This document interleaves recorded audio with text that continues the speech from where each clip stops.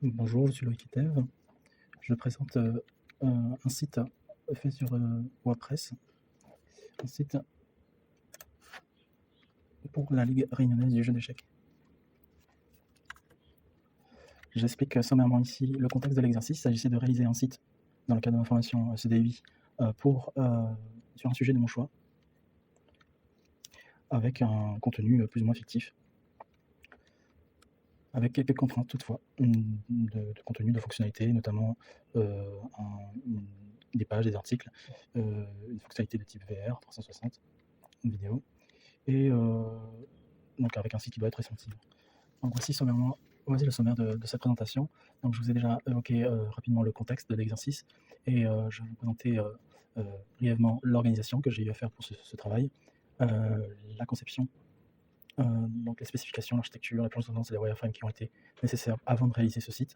Ensuite, je rappellerai les étapes de réalisation, notamment l'installation de UWamp, de WordPress, la mise en place du site avec les réglages généraux, les plugins utilisés, la personnalisation du CSS. Ensuite, je parlerai de la partie sauvegarde, sans le transfert pour le coup. Et dans une conclusion, je rappellerai la démarche projet, j'esquisserai une analyse de ma pratique sur ce projet, et on finira en images avec quelques captures du site, mais aussi bien sûr la visite du site en vidéo.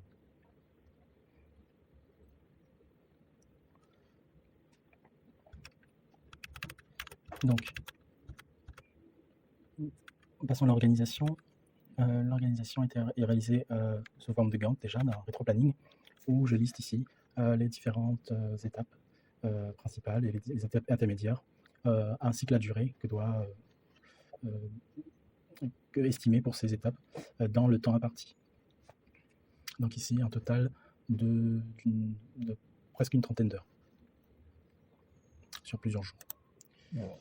J'ai utilisé également pour m'organiser un Trello avec une partie organisation où je retrace les différentes étapes principales que je redécline ici. Donc on voit bien les étapes d'organisation, bien sûr, Trello et Gantt, mais aussi les besoins du site, la conception, le maquettage, l'installation de CMS, la réalisation, la présentation et les livrables. Donc ça, c'est la partie qui me concerne exactement ici maintenant. Et une dernière liste de cartes avec les différents tutos et les inspirations. Donc ce tableau a évolué. Chaque fois, quand j'avais quelque chose à faire, je le mettais dans l'encours. Et une fois que l'encours était terminé, je le faisais basculer tout en haut en terminé. Et c'est comme ça que j'ai progressé dans mon tableau Trello. Donc pour la partie conception, j'ai réalisé une carte mentale pour spécifier un peu les clients et les besoins du client. Sous forme de QQOSQCP déjà. Donc qui est le client, c'est la Ligue réunionnaise du jeu d'échecs. Ligue réunionnaise du jeu d'échecs, donc ça doit être un site pour cette ligue. La ligue qui est une association sportive, loi 1901. Donc pas un site à but lucratif pour le coup. Sur le web doit apparaître ce site internet bien sûr. Quand il devait être livré à l'origine le 16 janvier 2024, mais pour des conditions, pour des circonstances diverses et variées, ça a été reporté au 1er mars, au 22 janvier, pour une mise en ligne supposée au 1er mars. L'utilisation de WordPress a été utilisée, c'est un site avec des informations principales en one page, voilà la carte mentale pour l'afficher. Donc en one page, les informations principales à l'accueil, mais aussi un site avec plusieurs rubriques, plusieurs pages, un site dynamique avec des publications régulières, des articles, des vidéos, des lives, des annonces. Donc on devait proposer au client un outil internet complet, puisque le site actuel, le site de la Ligue réunionnaise du jeu d'échecs n'a tout simplement pas de site internet. C'est un besoin que j'ai identifié avant même la demande client. Et donc pour qu'il puisse assurer ses missions, qui sont d'organiser, d'informer, de promouvoir et d'accompagner, donc ce site-là doit remplir un petit peu toutes ces missions et de proposer aux adeptes de l'activité, donc du jeu d'échecs, un outil viable et de référence. Donc j'ai également spécifié tout ça selon la méthode AIDA. L'idée étant donc d'avoir un site qui comporte une interface claire et structurée, dépoussiérer un peu l'image du jeu d'échecs, avec des couleurs chatoyantes, donc pour dynamiser la lecture notamment. Donc là, on est dans la partie attention. Et pour quel est l'intérêt de ce site, quel intérêt il doit avoir pour les utilisateurs, pardon, je reviens en arrière. Ça doit être un site référence en termes de contenu, en termes d'information. Toujours d'échecs de la Réunion doit pouvoir retrouver les informations nécessaires à la pratique de cette activité sur ce site. Le site doit être dynamique avec un contenu qui est sans cesse renouvelé et un site participatif, donc avec un aspect communautaire, c'est-à-dire que ce n'est pas seulement le webmaster ou les gérants de la ligue qui devront alimenter ce site, mais aussi toutes les personnes de cette communauté sportive. On doit susciter à travers ce site un certain désir, donc pour la promotion de l'activité, les événements, les rencontres, la mise en avant des gagnants, du palmarès, on doit susciter une envie de faire partie de cette grande famille, de faire partie des champions et de donner envie de participer activement à la promotion de l'activité, à participer à ces activités et à l'amélioration des conditions de la pratique. Donc, en termes d'actions qui doivent apparaître sur le site, donc, on ne va pas chercher à vendre quelque chose, mais plutôt à susciter de l'engagement, notamment l'inscription des tournois, à s'inscrire des stages, des formations, à publier des articles pour le site et à publier des annonces, des offres pour une certaine entraide entre joueurs. Donc j'ai défini une petite architecture pour le site à la main, crayon papier dans un premier temps, que j'ai redéfini au propre un peu, en carte mentale toujours, ici en 2 parties. Donc avec les différents rubriques, différents menus, différents onglets du menu et tous les embranchements qu'il peut y avoir en termes de pages intermédiaires, soit des rubriques de sections dans une même page, soit des catégories qui amènent à des articles. Concernant la planche de tendance, donc j'ai réalisé cette planche de tendance sur InDesign avec des images d'inspiration, le logo déjà fourni par le client, et j'ai récupéré par inspection donc la typographie utilisée déjà par la Fédération française des échecs, donc au niveau national, au-dessus de la ligue, tant pour les titres que pour le corps de texte. Ce qui va changer ici, c'est plutôt que le bleu de la Fédération française des échecs, j'ai choisi de conserver cette identité de couleur avec ce jaune que j'ai fait compléter avec une couleur complémentaire à ce jaune, donc du violet. Donc ce jaune et le doré comme en déclinaison doivent reprendre un petit peu, vous voyez, les visuels qu'on a ici. Et de façon générale, le site, en dehors de ces couleurs assez flashy et dynamisantes plutôt, on a on aura du blanc et du noir essentiellement, pour rappeler un peu les couleurs des échecs. Alors j'ai esquissé des wireframes à la main, crayon papier. Voilà, juste pour ça fait office de trace de ma réflexion sur quant au contenu, à la structuration des pages, de chaque page du site. Voilà, assez exhaustivement les différents wireframes que j'ai pu esquisser ici. Donc à la main essentiellement pour gagner du temps, je ne suis pas passé par une maquette Adobe XD ou autre, ou Photoshop, donc je suis resté sur ce crayon papier pour attaquer plus rapidement la partie réalisation, simplement installation de WordPress. Donc rappel des étapes pour cette réalisation. J'ai utilisé pour réaliser ce site l'outil UWamp qui permet d'avoir un outil transportable qui simule un serveur et qui permet de créer une base de données, enfin un outil tout en un qui permet un petit peu le langage, la communication côté serveur, l'hébergement en local du site et bien la gestion de la base de données entre autres. Donc j'ai utilisé cet outil relativement pratique, donc j'ai défini notamment une base de données et j'ai installé WordPress à partir de là. Donc là vous voyez des captures écran, voilà, des bases de données. J'ai fait une capture d'écran de démo pour l'exercice, mais j'ai bien respecté le nom de la base de données de la consigne, à savoir ECF_DB pour le nom de la base de données. Pour la mise en place du site, j'ai fait une configuration de base. J'ai ajouté Page Builder qui va bien, l'ajout d'un thème, la création d'un enfant de ce thème, la création des pages, installation des plugins indispensables, des plugins complémentaires, la personnalisation du CSS. Je vous montre tout ça un peu en image. Alors pour les réglages généraux, je suis passé directement dans les réglages, dans la partie lecture. J'ai défini le site avec une page d'accueil comme étant une page statique, donc la page d'accueil. Donc j'ai créé une page qui s'appelle Accueil. Et une autre page que j'ai créée pour répertorier l'ensemble des articles qui apparaîtront sur le site un peu partout. Donc c'est cette partie blog qui se retrouvera par la suite.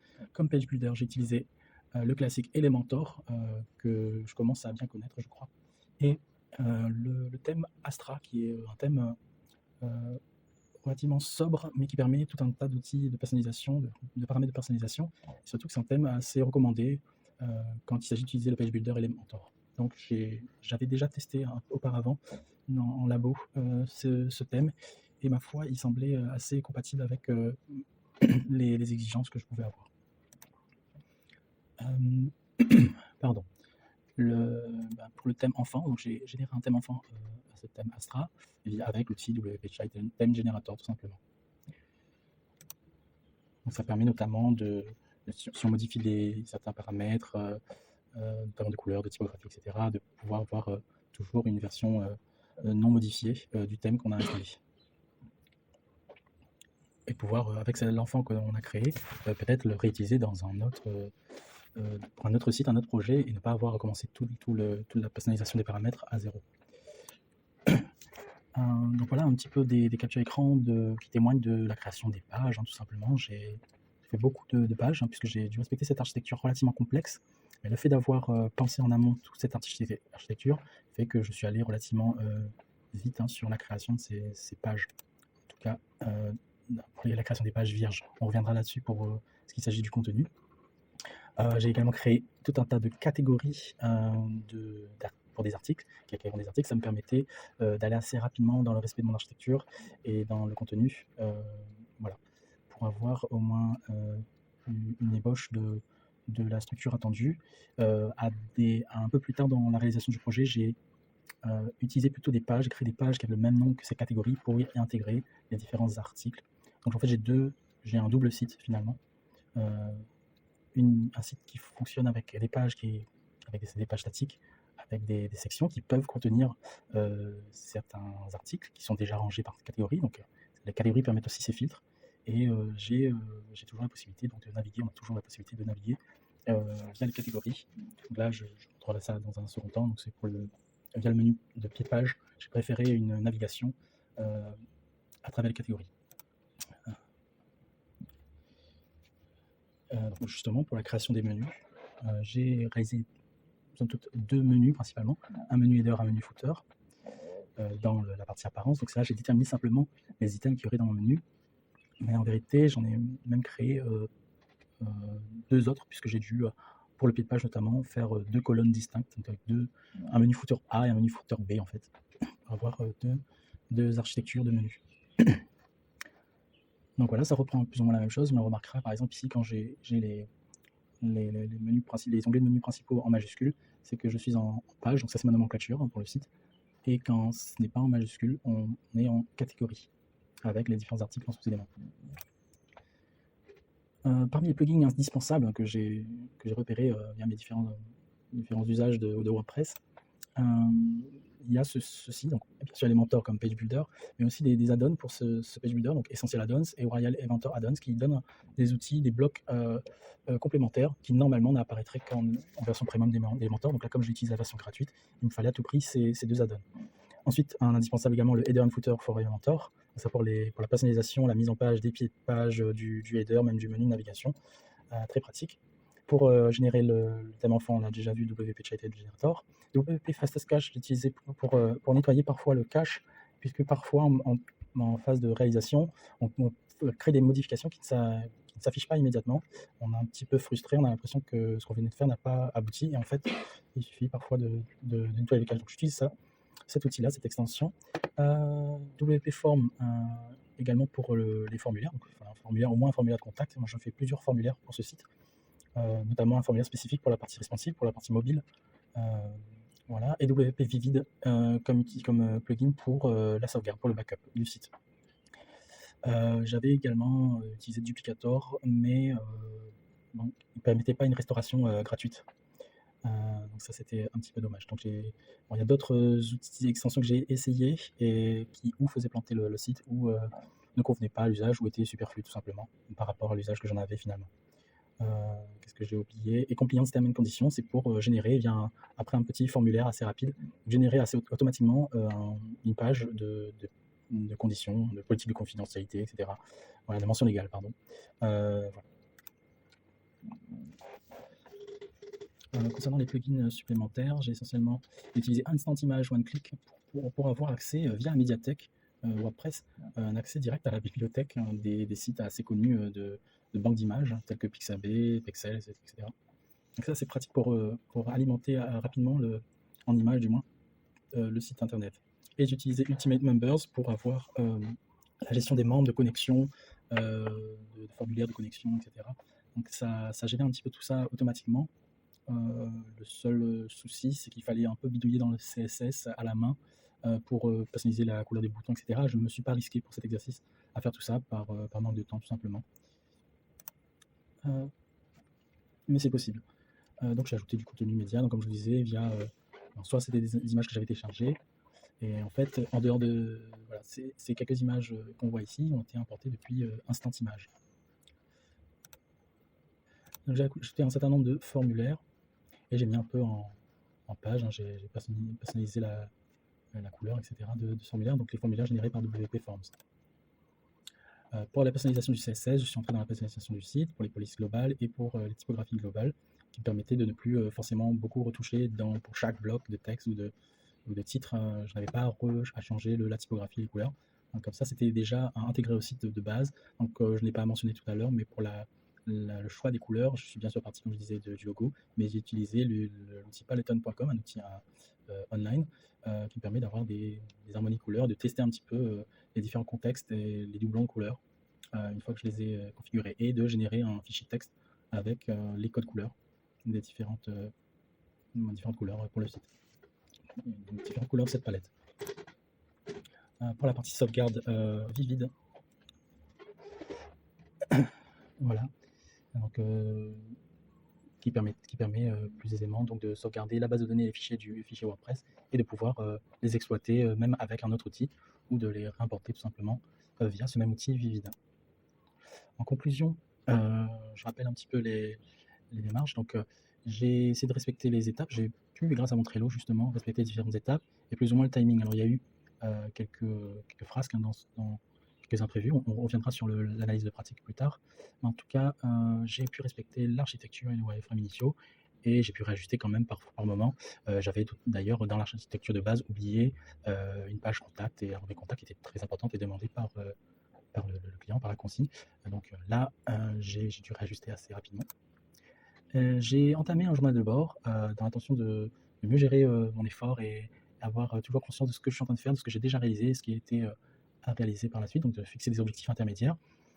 J'ai dû renoncer assez rapidement, donc en milieu de projet, à la rédaction quotidienne de ce journal de bord, puisque j'avais besoin de combler certains temps, et c'était là un petit peu ma soupape du temps supplémentaire que je pouvais gratter à ce niveau-là. J'ai choisi de sacrifier le journal de bord. Peut-être que je pouvais quand même concilier les deux. C'est à réessayer dans un autre projet. En tout cas, la gestion du temps était relativement toujours assez compliquée pour moi ici. J'ai tardé dans le projet, donc sur on va dire les 5 jours alloués à la réalisation de ce projet, j'ai passé bien 2 jours à ne pas toucher du tout à WordPress, à faire qu'une partie organisation, conception, de réflexion, ce qui n'est pas mal en soi, mais je me dis toujours que j'aurais pu écorter tout ça. Dans la gestion de l'effort dans le temps, c'est la même chose, hein, et d'autant plus qu'il y a eu des imprévus. Là, le cyclone qui a interrompu un peu la réalisation du projet, les coupures d'électricité, etc. Donc, la capacité de continuer sur le projet au même moment où j'étais déjà dans cette partie de réalisation, justement.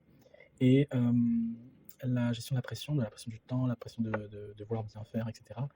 C'est autant de parasites internes, on va dire, que je devrais à l'avenir, je pense, mieux contrôler.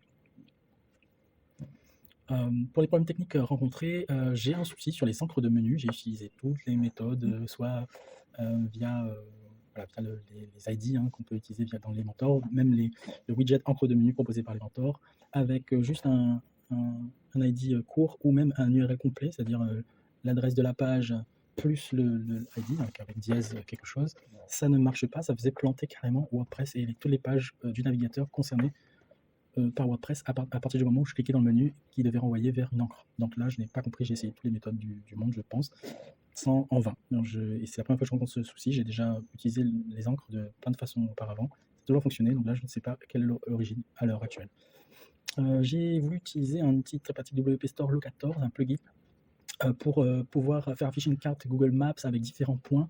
Donc on peut définir un peu comme des catégories ou des articles, l'emplacement de magasins. Donc je voulais faire ça pour les clubs et pour avoir aussi une carte un peu interactive où on pouvait filtrer par zone les clubs de proximité.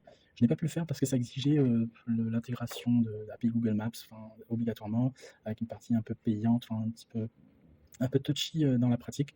Je ne me suis pas risqué à faire tout ça puisque c'était juste un exercice. Dans un cas concret, je pense que j'aurais utilisé pleinement cet outil puisqu'il semblait très intéressant. J'ai renoncé à un outil que j'avais déjà utilisé auparavant, mais là, pour cette fois-ci, pour je ne sais quelle raison, il faisait beaucoup planter mon WordPress. C'est WP Maximum File Size qui permet tout simplement d'étendre artificiellement la mémoire allouée à WordPress pour les différents médias.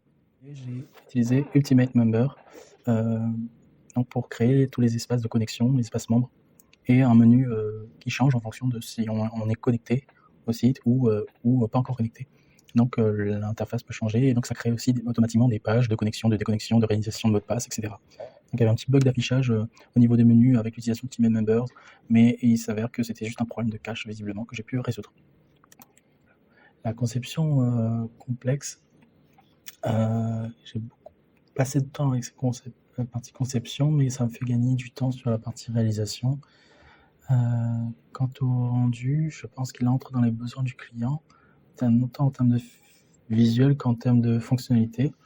Je suis fier d'avoir réalisé ce site qui, a priori, dans son usage, dans ses fonctionnalités, reste crédible. Et je le vois bien comme les premiers pas d'une base, en tout cas, d'un produit commercialisable. Donc, si demain matin, je dois réaliser un site, proposer un site à une ligue sportive, à un club sportif, etc., j'aurais déjà pensé de cette façon à tout ça, sachant que je ne l'ai pas dit auparavant, mais avant de réaliser ce site, dans toute la partie conception, j'ai fait une petite veille concurrentielle à aller voir les sites qui pouvaient exister dans le domaine ou dans des domaines annexes, notamment des sites de ligues, de clubs, de ligues de football, ou de poker, ou que sais-je. Voilà, donc j'ai un petit peu analysé tout ça pour réaliser, et ça a payé, ça a évacué tout un tas de questions en termes d'architecture, de contenu. Pour finir, quelques visuels que j'ai réalisés avec l'extension Chrome Go Full Page. Donc, à chaque fois, donc ici pour la page d'accueil, une vision en desktop, donc là c'est un double écran en fait desktop, on va dire, et version mobile en taille réelle, a priori. Une page contact avec différents formulaires, selon notamment si on se trouve en format mobile portrait ou en format desktop ici. Partie échange et partage avec notamment cette vidéo en 360 et différents rappels de vidéos en placeholder ici. L'agenda et pour finir, une petite visite en vidéo du site en temps réel. Le site se présente comme ceci, avec un petit effet de particules dans le header ici, qui rappelle un petit peu le côté stratégie, réflexion, embranchement des stratégies. Donc c'est un effet particule qui est proposé par un élément de Elementor. Voilà, un bouton se connecter, qui envoie la page login, si on clique dessus. Voilà, avec, bon là je suis déjà connecté. Si on fait le test sur une page en navigation privée ici, je fais se connecter, on va voir le formulaire de connexion. Alors j'en profite pour signifier au passage que j'ai intégré aussi un petit élément supplémentaire pour annoncer un peu la progression sur la page, en couleur ici, assez discret, mais qui fait son effet et qui est assez utile pour l'utilisateur. Alors là, je ne sais pas pourquoi il prend un petit peu de temps à charger. C'est pas grave, on verra ici, par exemple, la page de connexion va ressembler à ça.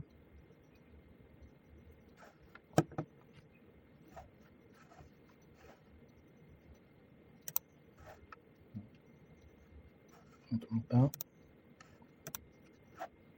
Arrêtez le massacre. Alors qu'est-ce qui se passe ici? Connexion. Voilà, bon là c'est un formulaire voilà, de connexion. On peut entrer son nom, son adresse mail. Il y a même un pré-remplissage en fonction du cache de son navigateur. Et on peut modifier son mot de passe. Voilà. Tout ça est généré par Ultimate Number. Supprimer le compte.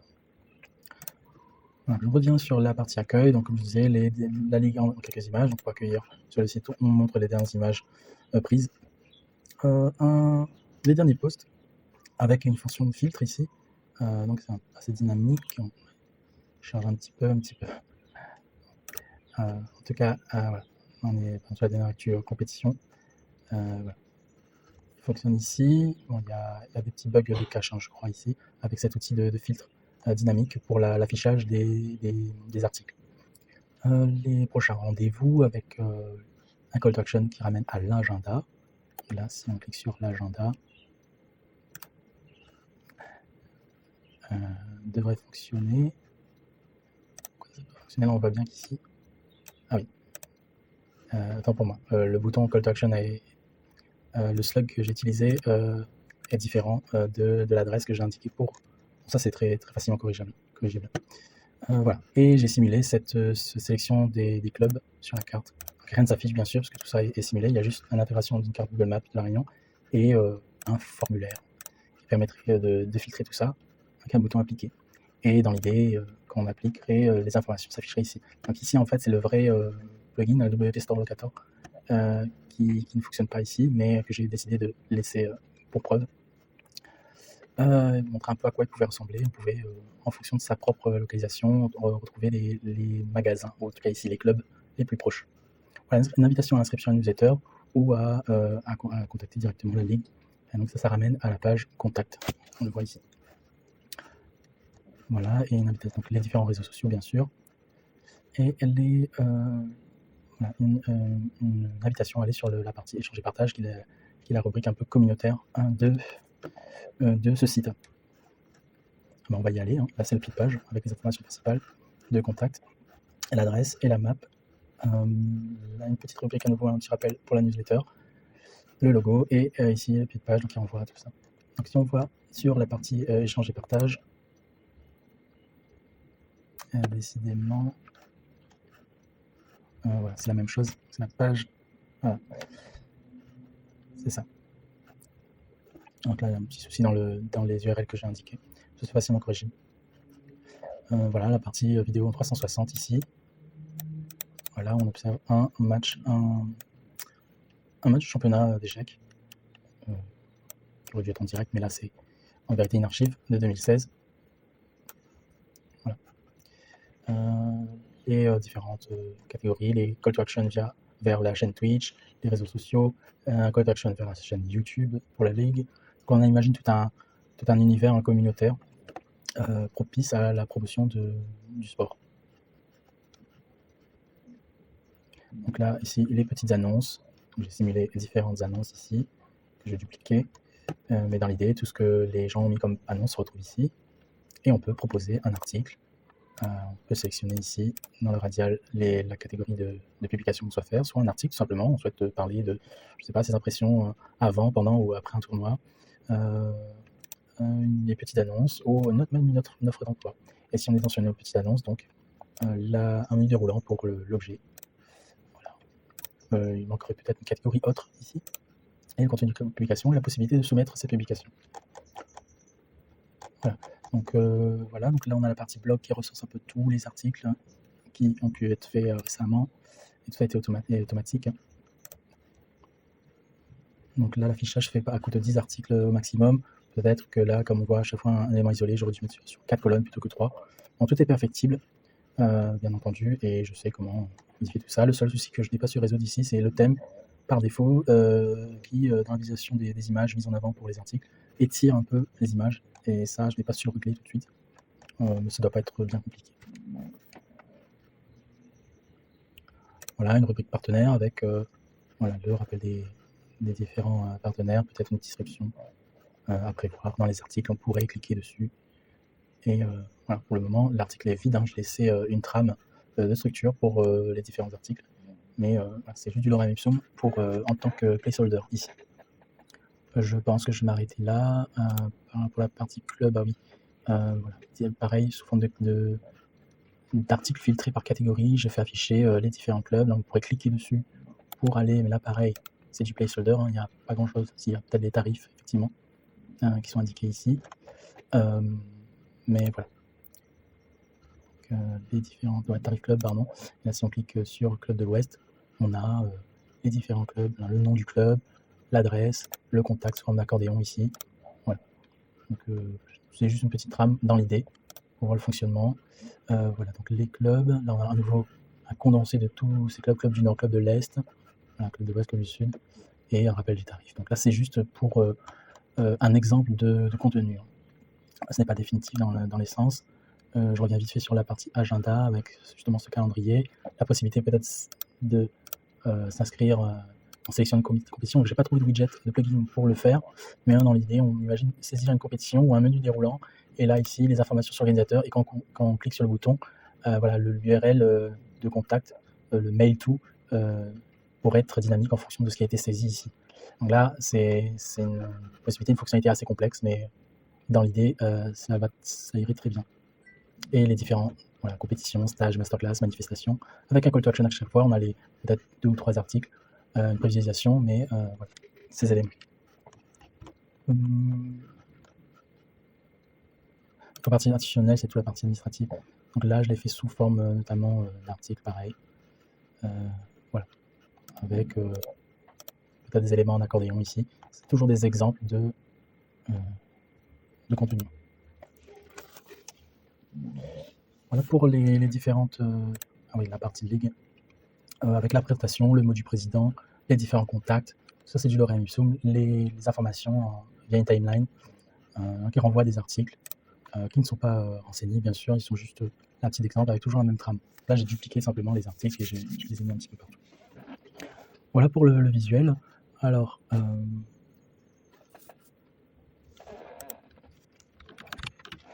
pour la petite visite, je vous remercie en tout cas pour votre attention. J'espère que ce projet vous a convaincu et j'espère avoir l'occasion d'en refaire davantage. Au revoir.